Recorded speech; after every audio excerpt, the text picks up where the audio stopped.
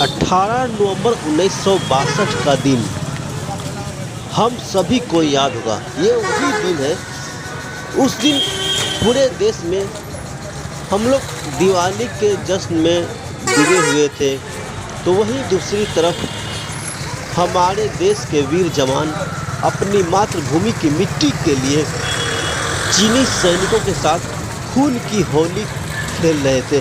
तो ही दूसरी तरफ हमारे देश का 114 जवान चीन के 3000 सैनिकों पर भारी पड़ रहे थे। उसी की याद में हम लोग 18 नवंबर के दिन पूरे देश में रजांगला दिवस के रूप में मनाते हैं। वही तो बिहार के कुछ जिलों में भी रजांगला दिवस मनाया गया है।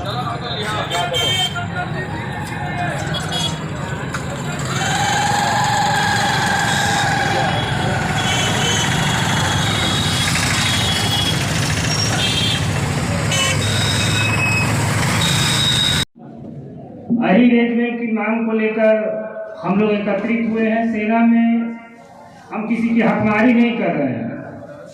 सेना में और जाति के नाम पर भी रेजिमेंट है, तो हमारे नाम पर क्यों नहीं? और स्वतंत्र भारत का इतिहास पढ़ा जाए या गुलाम भारत का इतिहास पढ़ा जाए, अगर सेना में सबसे ज्यादा कोई शहीद हुआ है तो जादव समाज के लोग। और हम किसी का हक नहीं मान रहे। फिर मैं दोहरा रहा हूं, हमें भी सेना में अपने नाम पर रेजिमेंट चाहिए। और रजांगला का इतिहास बहुत ही, वर्ल्ड में जितने भी टॉप 10 युद्ध हुए हैं उसमें रजांगला को भी टॉप 10 में लाया जाता है। रजांगला 18 नवंबर 1962 में 120 सैनिक जो शहीद हुए थे, उसमें 114 सैनिक यादव समाज के थे। और अपने आप को आप गौरवान्वित महसूस करेंगे कि चीन के जो उस समय जो इतिहास लिखा गया है, मैंने भी पढ़ा है ना, उस समय मेरा जन्म हुआ था। और मैं बता सकता हूँ जो इतिहास है मैं वही बता रहा हूँ कि 114 जादवों के जो गोली लगा हुआ था वो सारा सीने पर ही था, पीठ पर किसी का नहीं था। तो हमारे नाम पर सेना में रेजिमेंट क्यों नहीं? और मंच को, सभा को आगे बढ़ाते हुए इस मंच का संचालन करने के लिए राष्ट्रीय कार्य समिति के सदस्य मैं। भारत और चीन की जब लड़ाई हुई थी उस समय भारत का नौजवान, भारत का जो सैनिक, हमारे देश के सुपूत लेह लद्दाख कश्मीर के अंदर जो है समुद्र तल से 18,000 फीट की ऊंचाई पर, जहाँ का तापमान -20 से 40 डिग्री होता था, उस समय जब चीन से लड़ाई हुआ था तो इस ग्रुप में मात्र 120 जवान हमारे भारत के थे, जिसमें से 114 जवान शहीद हुए थे, जो कि हरियाणा और राजस्थान के अहीर मतलब यादव समाज के नौजवान थे। जब चीन से लड़ाई हुआ तो हमारे जवान को पीछे से मदद नहीं मिला और हमारे पास चीन के आधुनिक हथियार के सामने जो पुराना हमारा राइफल जो देख रहे हैं वही सामान था और उसी से वो लड़ रहे थे। तो चीन जो है हमारे जवान के साथ एक चाल खेला और रास्ते में एक खच्चर मतलब गधा के गला में एक लालटेन बांध करके छोड़ दिया।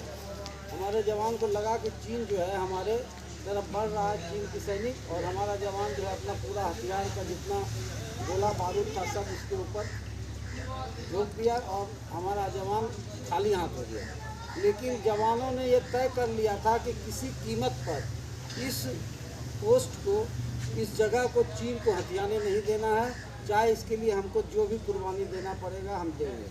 और उसी में जब चीन की सेना से इसका सीधा मुकाबला हुआ तो निहत्था हमारा जवान चीन के सैनिक को मार के भगा दिया और इस पोस्ट को कब्जा नहीं होने दिया।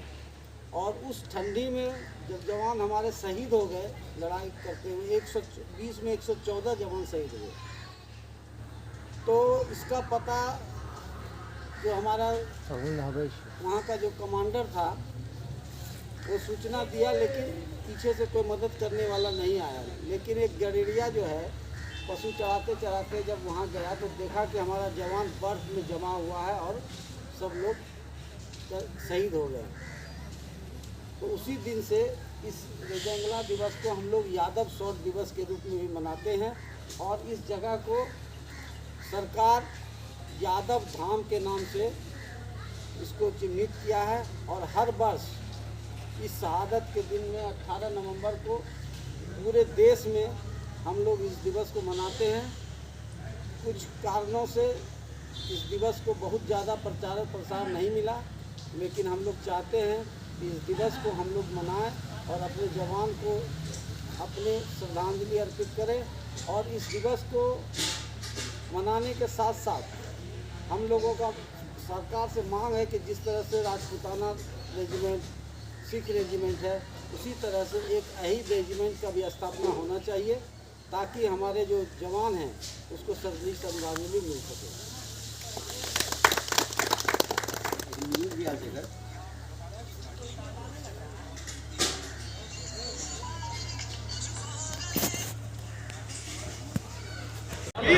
ये अहीर लोग सब इनका आंदोलन कर रहे हैं। पूरे देश में मनाया गया और मैं तमाम बिहार के कोने कोने में, देश के कोने कोने में सरकार से कहने